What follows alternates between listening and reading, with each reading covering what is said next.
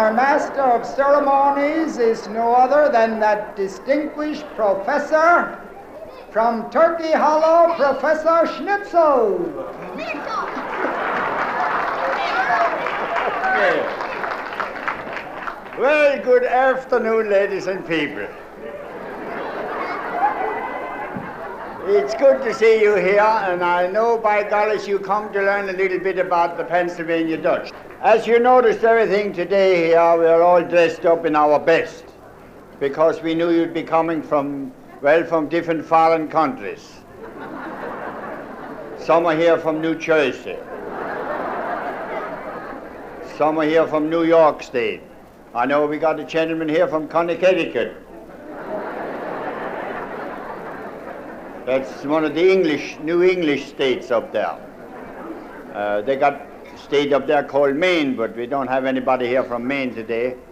They're mostly maniacs from up there. But I come here all dressed up, special for this occasion. They told me they're having all these strangers here, I wasn't to come looking so sloppy. I was to dress up, so I did.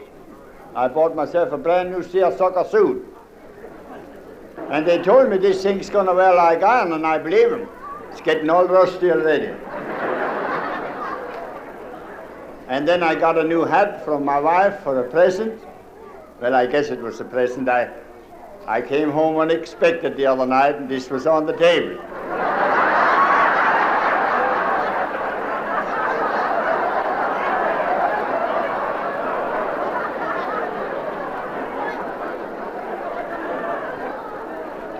It must have been a present, because when I come in the front door, I heard the delivery man go out the back.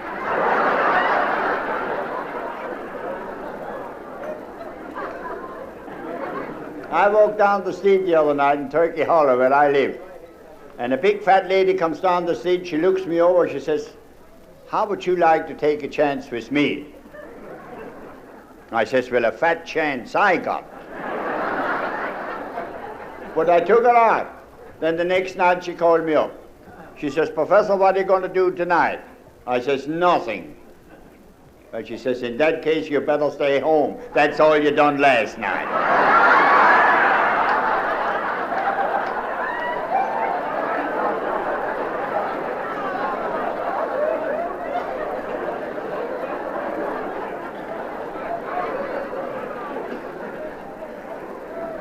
Now, before I go any further, I might as well explain that I am Pennsylvania Dutch.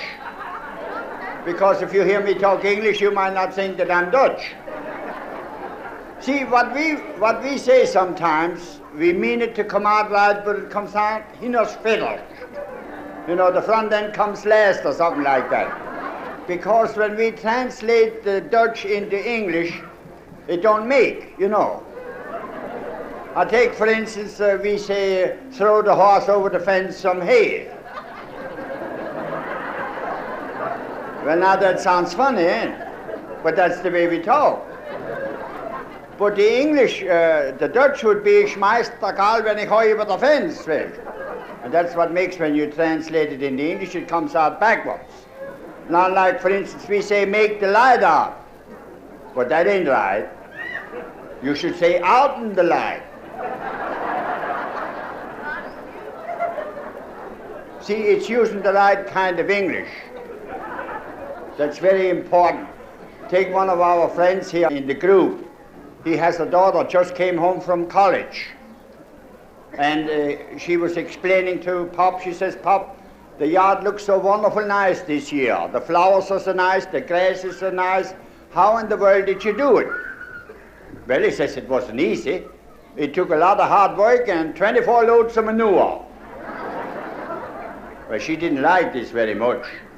So she waited until Pop went out in the barnyard. Then she says to Mom, she says, "Mom, why don't you teach Pop to talk a little different?"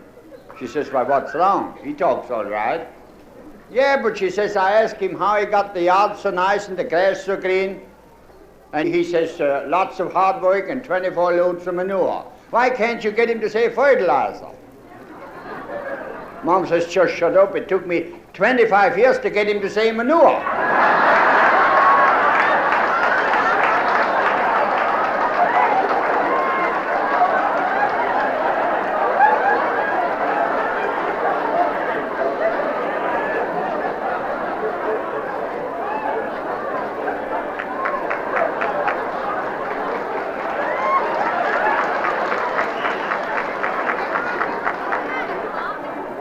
So you see, we mean right, only sometimes it comes out for hoodle. You know, it's amazing the different people you see when you walk through a crowd like this.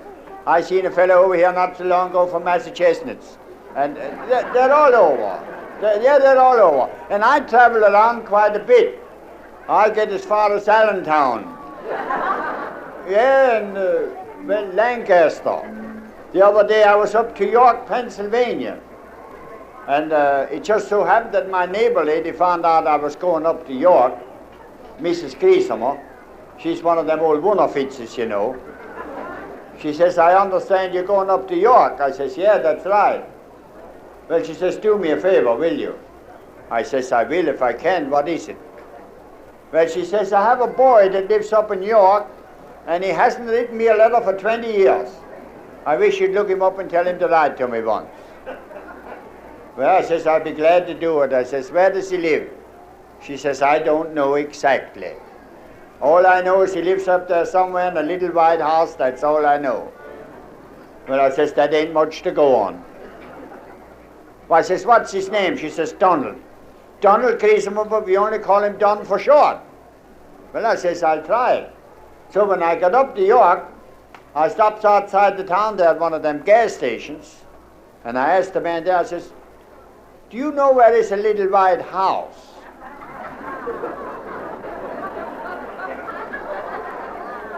He says, yes, there's one around in the back.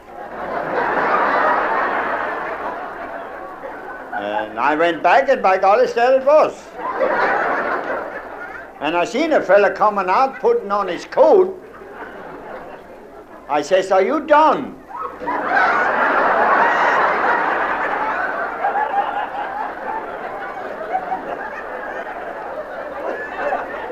He says, yes. Well, I says, why don't you write your mom a letter? Of course, maybe he had no paper.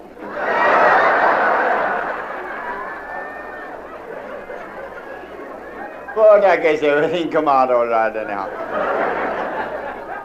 Now we're going to do something here a little different.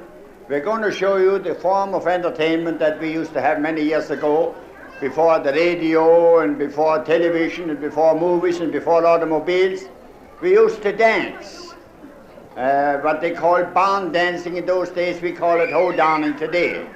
And this all came about for a reason. You know, Pop had a lot of time on his hands in the evening. And he used to be quite a lot of bother to Mom. He always had ideas. And Mom was getting sick and tired of this.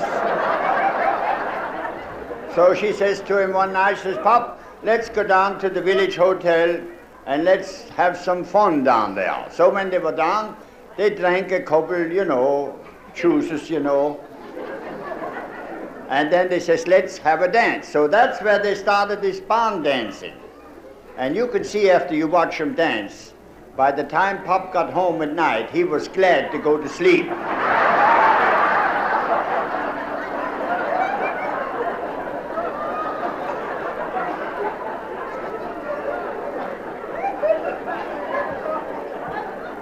Now we got an orchestra over here. Now not everybody can play this kind of music.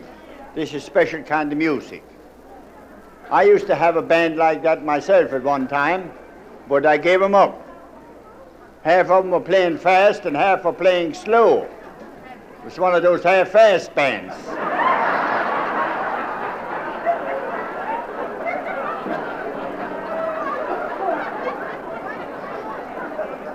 Ladies and gentlemen, here he is, Professor Schnitzel and the Schnitzel Bunker. 1, 2, 3.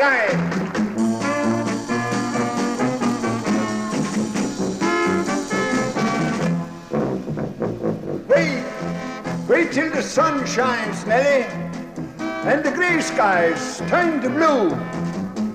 You know I love you, Nellie. Indeed I do. Yes, we'll face the years together. Sweethearts, you and I. So won't you wait till the sun shines, Nellie. by and by. Okay, boys, let's throw the horse over the fence some hay. I'm the guy that put the warts on the pickles. Get off of the stove, Grandma. You're too old to be riding the range. You're too slow to catch your breath. You tell him, operator, you got his number. Don't buy any wood today, Mom. Pop's coming home with a load. Everybody now. Wait till the sun shines, Nellie, and the gray skies turn to blue. You know I love you, Nellie. Indeed I do. Yes. We'll face the years together. Sweethearts, you and I. So won't you wait till the sun shines, Nellie. Bye and bye. Oops, that's better.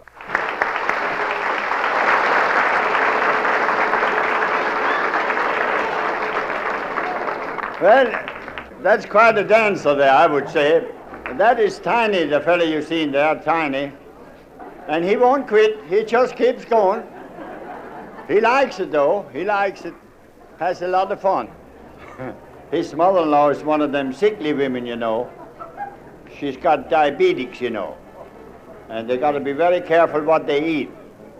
And the doctor told Tiny, he says, now you keep an eye on Grandma. If you catch her cheating on her diet any time, let me know. It could be bad. So everything was going along all right for a long time. And one day he passed the parlor and Grandma was in there eating ice cream and candy and cake and all that stuff, cheating on her diet. And he right away called the doctor. He says, Doc, you better come over here right away. I caught Grandma cheating on the diet. He says, I'll be right over. Until he got over, Grandma was already in a coma. She was underconscious, you know. And he says, there ain't much you can do, but take her to the hospital right away. So they slapped her in the old flivver and went to the hospital. And when they got there to the hospital, there was no room. They told him the only room they have was in the maternity ward. So he says, well, we have to slap Grandma in there. So they put Grandma in the maternity ward, and, well, she was getting along pretty good under care, you know. And then they used to go in every night to visit him and his wife and little Johnny and Mary. So one night Johnny was coming out of the room as Mrs. Fenstermacher, the village gossip, was coming up the hallway. And she saw Johnny come out of the maternity ward. She says, Johnny, what in the world are you doing in there? He says, we went in to see Grandma. Grandma in there? What's she doing in there? Johnny says, I don't know. Pop says she cheated and she got caught.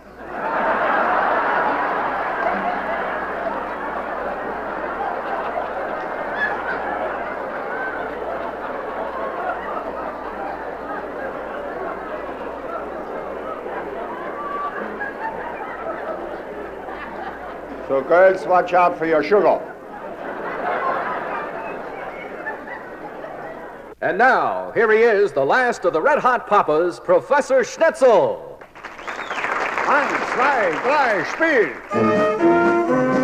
Hold it. Jammer, je noch einmal, that sounds so sour. Done. You play so nice, you play. When I was just a boy of 12, not dry behind my ears yet, I met a girl named Katy Klutz, as shy as any violet. Then one day I stole a kiss. She didn't know what she was missing. Now you know what schmutzing is. Well, schmutzing's only kissing. Ay, how she could schmutz. Ay, that Katy Klutz. Ay, how she could schmutz. There never was a schmutzing girl like that there Katy Klutz.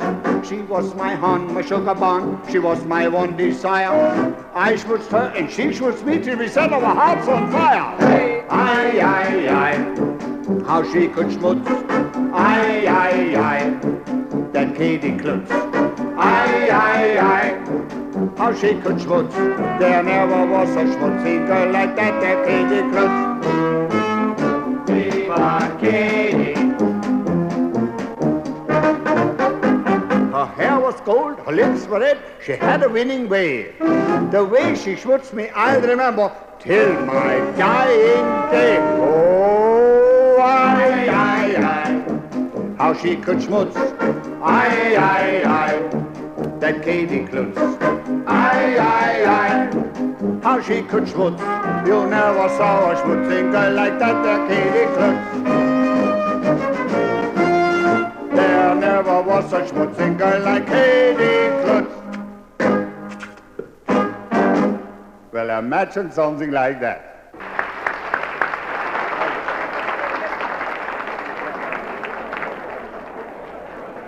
Well, as you notice that one gentleman, Hunsinger, just show your face here, will you?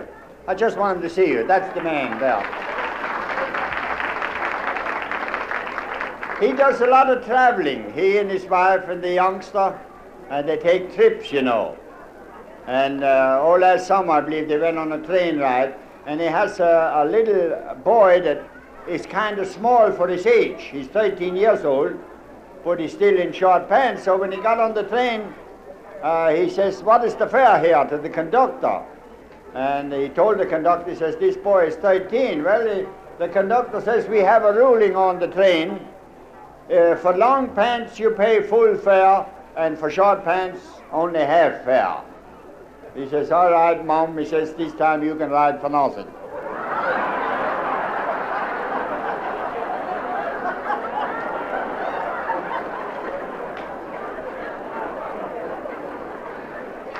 But you know, I had a lot of girls in my times.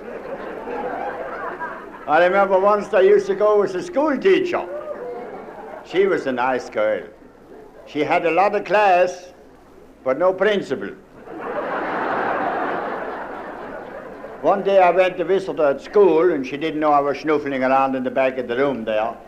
And I heard her say to the one little boy, she says, "Johnny, you go up to the blackboard and do number 1.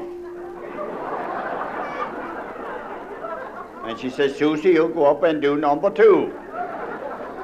And she says, "Freddie, you pass the paper and let the rest do it in their seats."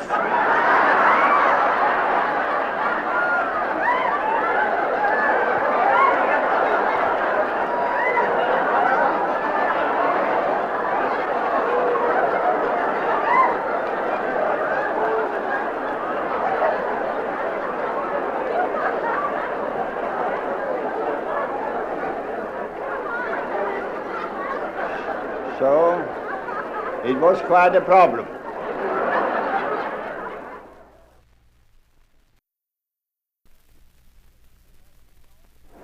You have seen all kinds of Dutch craftsmen here on the grounds. You've seen wheelwrights, you have seen basket makers, you have seen blacksmiths, everything like that. But now one thing you haven't seen yet, and that is the Pennsylvania Dutch soldier. Now I was one of those. I guess you'd look at me now, you wouldn't think that I was 4 years in the war, but I was. I had 1 year in France, 2 years in the Full of Bruins Islands. Oh, that's only 3. Oh yes, I was married a year. That was the war too. And you know, I'll never forget when I got my letter from Uncle Samuel. It was written to me special. It said, "Your presence is requested. Will you come, or must we fetch you?" Well, they come to fetch me. I says, "You can't do this to me, I got connections." So they got me by the connections and took me.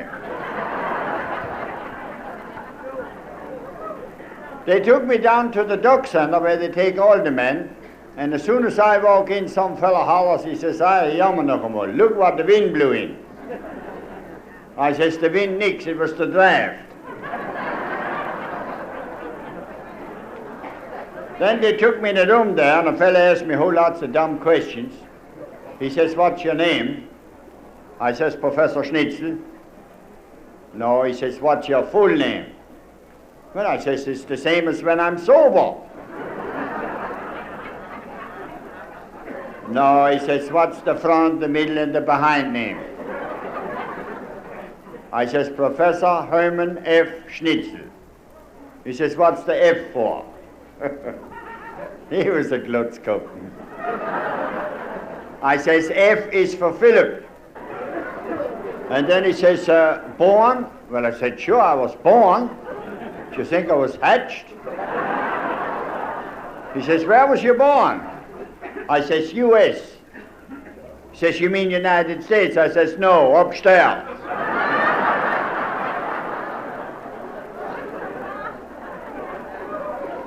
Then he says, what are your parents' names? Well, that was easy.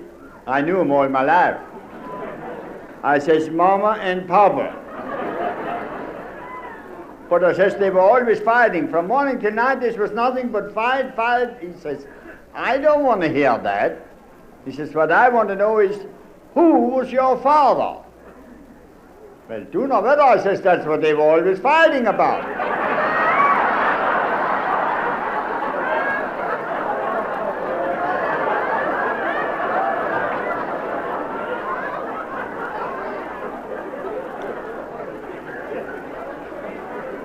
Well, he says, what do your parents do for a living? Well, I says, they're in the iron and steel business. Mom does the ironing and Pop does the stealing. He says, what's your occupation? I says, I'm a joiner. He says, what in the world is a joiner? Well, I says, I go in a hotel, and when a fella comes in and buys a drink, I join him. It's cheaper. Well, he says, I want to ask you one more question, then you go in the next room. And he says, this time I want the right answer. He says, for your parents, Russian. I says, no, they took their time.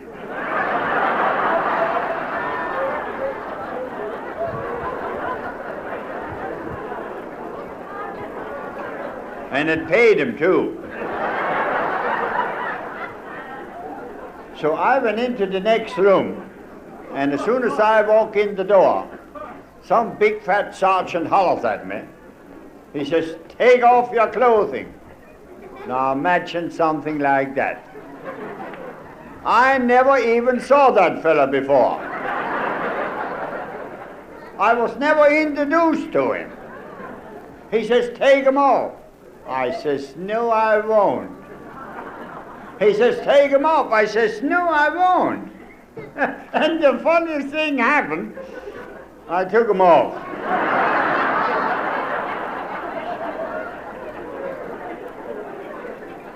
There we stood, 75 men with nothing on but our shoes. Imagine that, no clothing. No place to put our hands.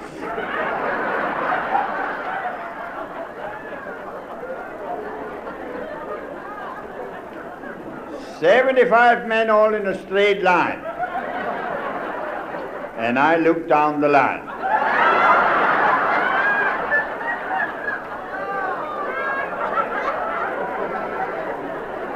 Right there I made up my mind Abraham Lincoln is crazy, all men are not created equal.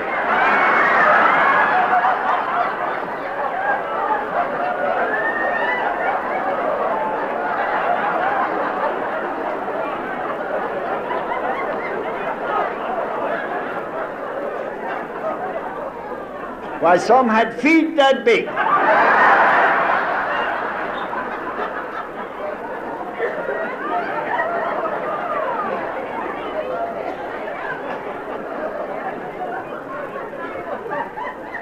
And then two doctors get a hold of you, one on each side.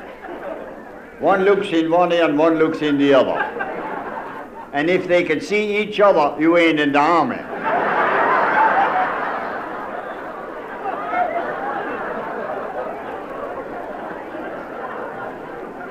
And then one sneaky doctor with cold hands, he grabs a hold of you and tells you to cough. And where he grabs you, you gotta cough.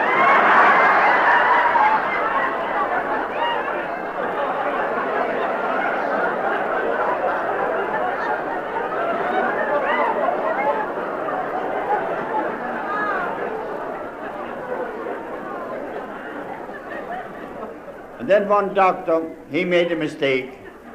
He put his hand on my shoulder and I was warm yet. He says, you're in class A. He says, I don't want it. I says, I want class B.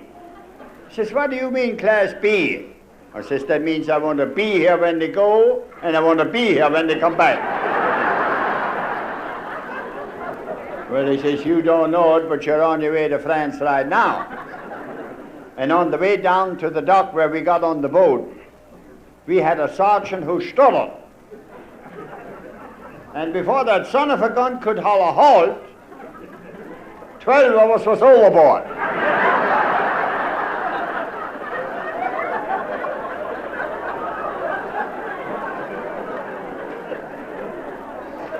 And I was the last one to crawl out. Just then the major came along. He says, fall in.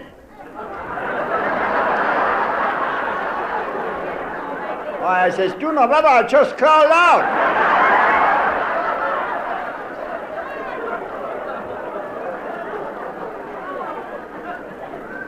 But you know, I'll never forget that day if I get to be 196. There's a lot of men here, and I know they got mother-in-laws. And sometimes what these men say about their mother-in-laws, you can't even put in a book. But I can only talk good about my mother-in-law. Because when I left for France, she was one of the last ones to see me off. And I can see her there yet, standing on the dock, looking up at me on the ship. And she held something in her delicate little claws. She says, look, Herman. She always called me Herman. That was my name. She says, look, Herman, I bought a gold star. Don't disappoint me.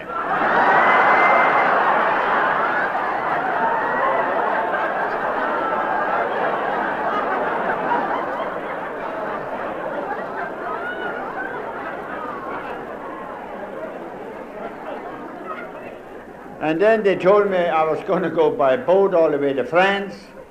That was a lie right there. I went by rail all the way. I was hanging on it.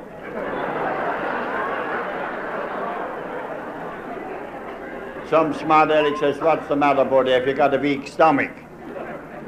I says, a weak stomach? Well, I'm throwing it as far as the rest of them.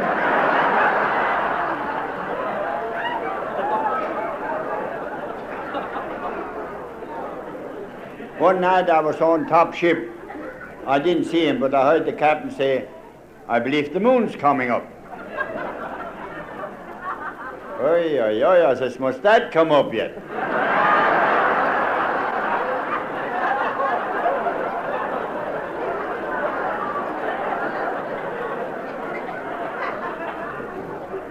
But one thing I must say, they fed us good on the boat, that they did. 6 meals a day, every day. 3 down, 3 up.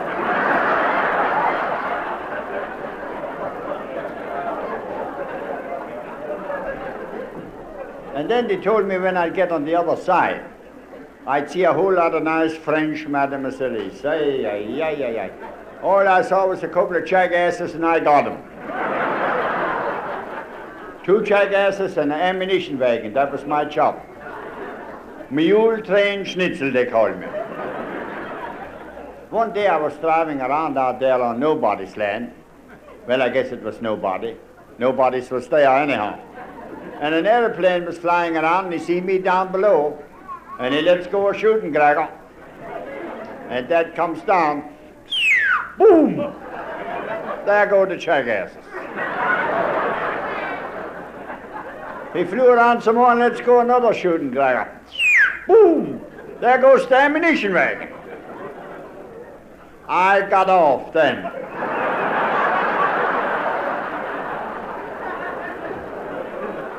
Getting too hot for me.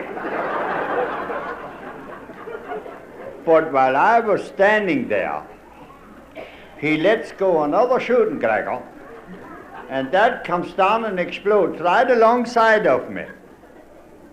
And right then and there, I done one of the most childish things.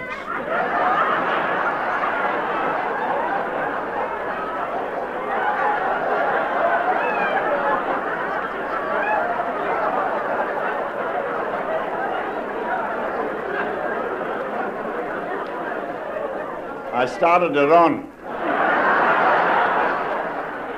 And the fella in back of me started to slip.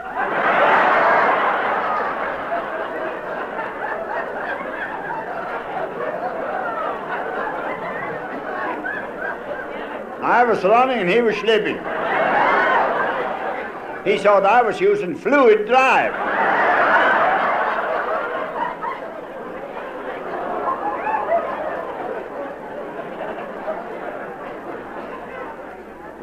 Pretty soon I came up to a fella and says, "Hey buddy, have you got a cigarette?" He says, "Yes, I got a cigarette, but I'm no buddy." He says, "I'm the captain." Oh, I says, "Pardon me, I didn't know I was that far behind the lines."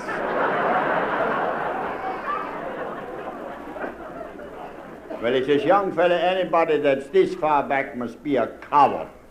And just for that, I'm going to give you your last chance. I'm going to put you in the aviation. If you don't make good there, I'm going to send you home. We can win this war without you." And they did, too. So they put me in an airplane, and I was supposed to work the machine gun. And they took me up in the up in the air. 10,647 feet and 19 inches. And when he got up there, he took a big loop, and I couldn't find the schnapper. And then he took another big loop. Still I couldn't find the schnapper. And then the right wing fell off. And then the left one fell off. And then we came tumbling down through the air. Then he hollers at me. He said, "Schnitzel, for goodness sakes, do something." I says, "You're too late. I did on the first loop."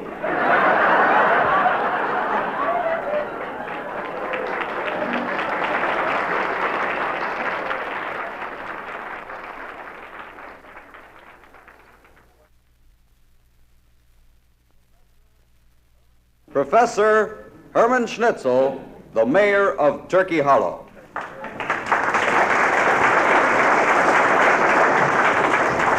You know, there's always a lot of gossip in the hometown, like Turkey Hollow, for instance. There's an awful lot of gossip. I seen two ladies the other day, met in Eve Warner's grocery store. Mrs. Kiefer, she seen this other lady, she says, "Hello, Mary, I haven't seen you for I don't know how long. How have you been?" Well, she says, "Not so good." And my daughter Essel, she ain't so good either. My daughter Essel has been laid up in bed with arthritis for 3 weeks. Arthritis? She says, "Yeah. 3 weeks she's been laid up with arthritis. And that could be bad." She says, "You know it could be bad." She says, "I know them riders, boys, and that Arthur is the worst one of the whole bunch."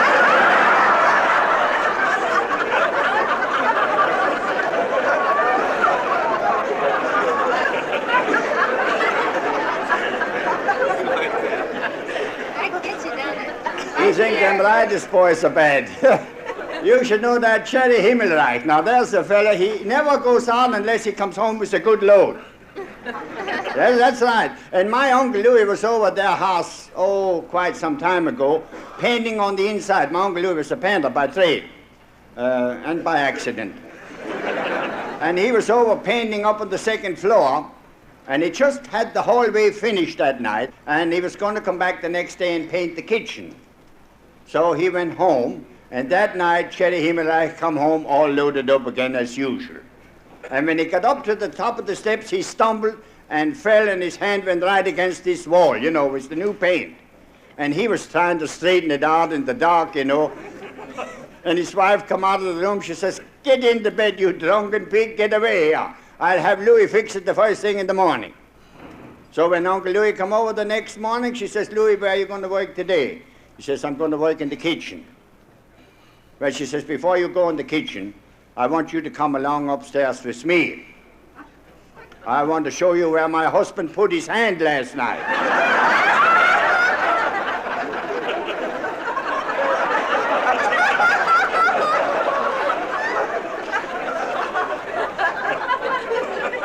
Well, Uncle Louis says, "Mrs. Himmelreich, I'm an old man, and if you don't mind, I'd just as soon have a cold bottle of beer."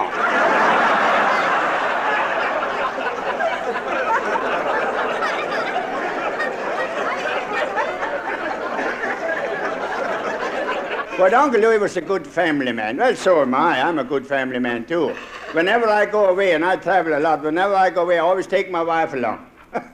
But it don't do me any good. She finds her way home anyhow. The other week, we was out in San Francisco, California, you know. Well, we was. And when we was out there, old Dan Hummel, that's our village undertaker, he called me up. He says, Schnitzel, your mother-in-law just passed away. He says, shall I order burial, embalming, or cremation? I says, order all three and ride away, don't take no chances. You know, I'm not always out traveling around. When I'm not, I'm at home visiting some of my friends. Just the other night I went over to see an old friend of mine, old Cherry Hunsfrost, that's his name, you know, and he's about 93. And he was telling me he went to see the doctor that day. And when he went down to the doctor, says, what can I do for you, Cherry? Well, he says, doctor, I got trouble. He says, what's your trouble? Well, all the time I want to chase girls. Doctor says, that's no trouble. Yes, he says, it is. He says, when I catch him, I don't know what I chased him for. I got a friend down there as a tooth puller, too. They really call him a dentist, a sawrubber. That's what they call him in Dutch, sawman. Anyhow, he told me he had a lady come in the other day, she had an awful toothache. Oh, this was killing her something wonderful. And she got in, doc says, what's wrong? Well, she says, I want a tooth pulled, but she says, I'm so nervous and I'm so excited, I'm scared. She says, I'm awful scared. You know, she says, I believe I'll just as soon have a baby. Well, Harry says, make up your mind so I can adjust the chair.